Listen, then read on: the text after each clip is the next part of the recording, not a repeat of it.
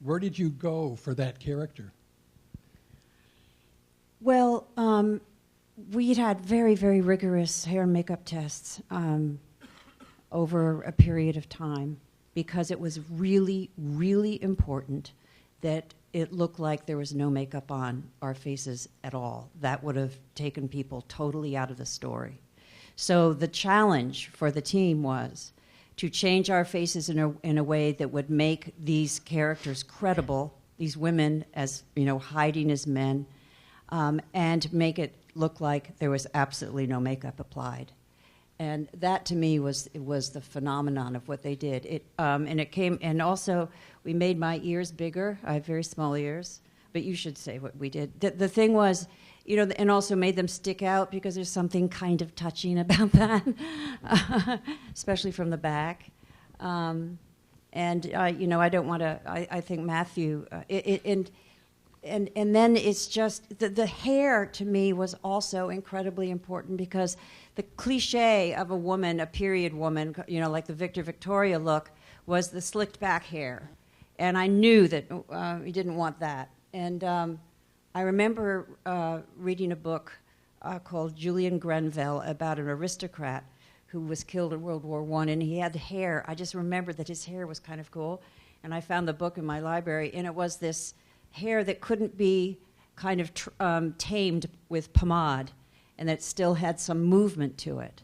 And that's what Martial and also, when we did the first test, you had the picture of the Albanian woman, right? And she had dark hair, and we decided to try that and go with dark hair and dark lenses for you.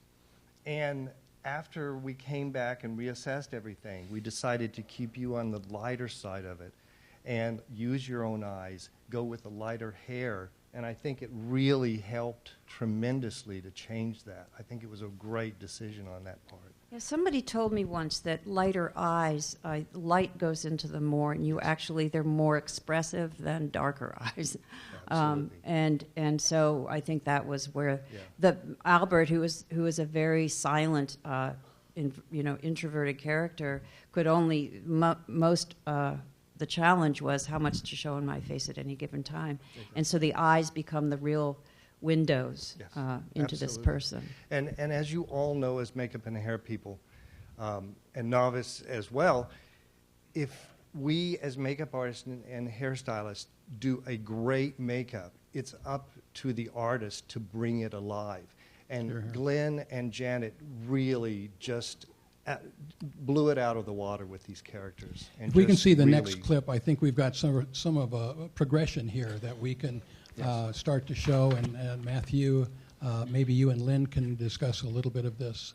Okay, this is the hair prepped, and actually, Martial, you should talk about the hair preparation on this. The trick was to prep Glenn's hair by making very obvious the parting.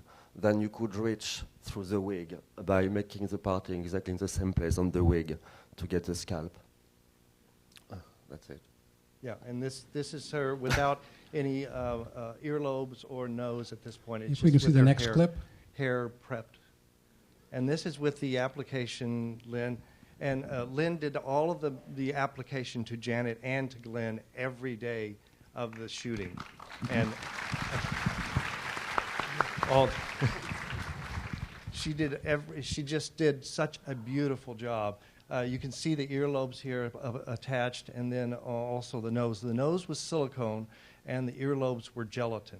And instead of shipping all the gelatin earlobes over, I brought the molds. Besides you applying them every day, I said, it's better if you make them every day or the day before. And I turned that over to Lynn and Claire to do that every day for the application. And they did such a beautiful job with that. Next clip. We also wore no eye makeup, so you were saying that you wanted to be able to blend our own skin color. We blended the prosthetics to your skin and not the opposite way, because we didn't want any makeup on your face at all.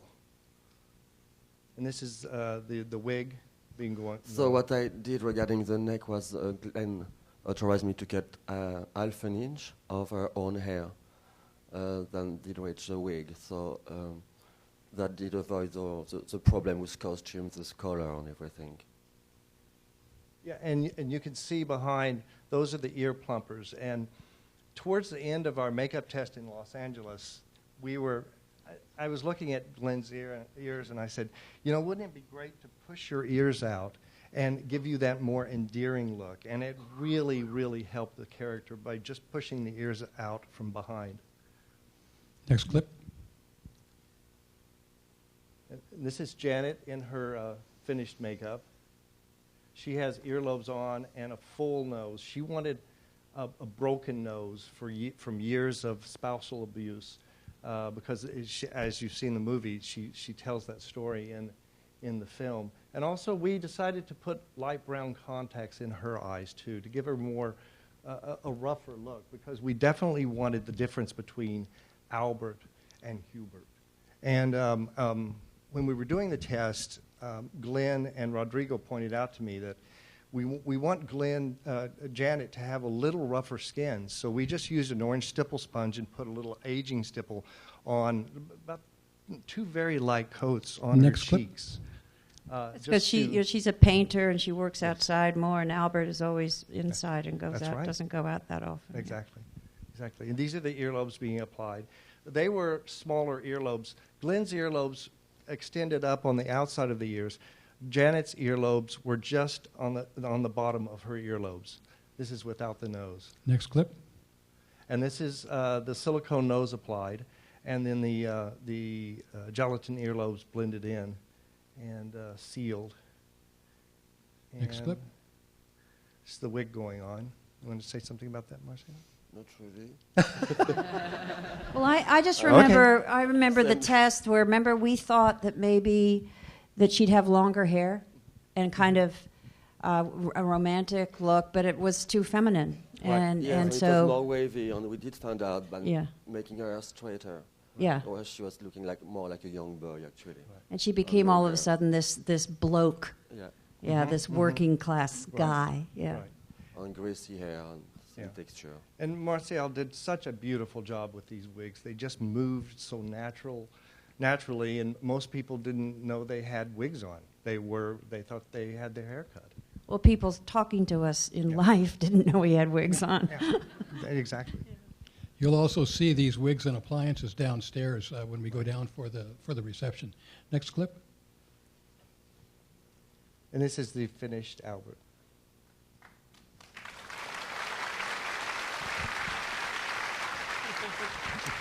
Now, one thing that I don't think you discussed, Matthew, were the plumpers that you had. Oh, yes. So I wanted to play with their face instead of putting prosthetics on the face, because I knew that we didn't have time to apply that every day, because it was an $8 million film, 32-day shoot, and limited time. So I tried to play with the face from within by putting dental plumpers. Glenn had lower dental plumpers, which just pushed her jaw out very slightly on the side. And then Janet had plumpers on her bottom teeth, too. She had a little gap in between both of her back molars, which worked out great for me because I could do little small plumpers that just popped in between the molars. And they were so comfortable for her. She just loved those. And then the upper plumpers filled out the cheeks a little bit, and then also had a row of very thin veneers that gave her a rougher look too, with her teeth. Now, Lynn, you were involved in the day-to-day application for both of these characters. Sometimes with gelatin, it can be a bit of a problem. Was whether your friend or your enemy in this? It was pretty good considering we've a lot of rain in Ireland. The sealer worked really well on top of them. And probably because they're not so in front of the face, you know, they're a little bit behind, that helped too. It was really cold when that picture was taken. Right, exactly. Well, that's why I look slightly white, I think. Right, exactly. And when we did the test in L.A., I originally did the noses with gelatin. And I saw Glenn's nose just kind of weeping a little bit because she said, getting a cold a little bit. I said, this is not going to work for Dublin. You know, they're going to get colds. It's going to be cold over there. So that's why we went to the silicone noses, and they worked just really great, didn't they? Yeah, and the edges were so fine that they melted away really, really well. So that really helped with the colouring of them then as well. Well, that's a combination, isn't it, of the mold, the sculpting being perfect, the mold being perfect, and then you can apply it perfectly. Exactly. That's why I wanted to sculpt every one of them, and my crew, my great WM Creations crew, made the molds, ran the noses. Every one of them did a beautiful job. I thank you. Well, it takes all of that. It's not just it's not just 3 people that make a film happen, or 4 people that make the film happen. It's that group that together collaborate and make the whole thing work. The funny story that I'm sure Janet would tell if she was here is that she had done the, I think it was called The Coming Storm or something. She played Lady Churchill to Brendan Gleeson's Churchill for that HBO miniseries, and she was totally dressed as Hubert, and kind of she knew Brendan was arriving, and his car pulled up, and she lounged like this, this guy at the door of the house, and said, "Hey," like that, and he had no idea who it was. That's great. Brilliant. All right. Well, this has been wonderful, and tomorrow we have 4 nominees on the stage here that tomorrow will be looking at very possible Academy Awards. Thank you so much. Thank you. We're going to show our 10-minute Thank clips. you.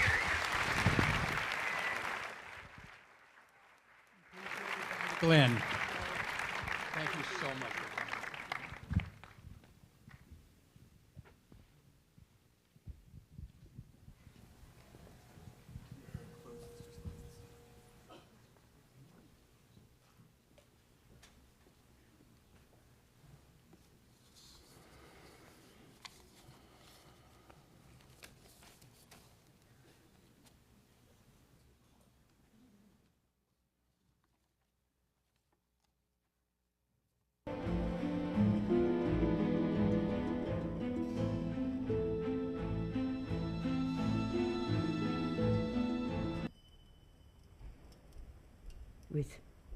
With me, Mum? Yes, Mr. Nobbs, with you. But what? What are you trying to say? My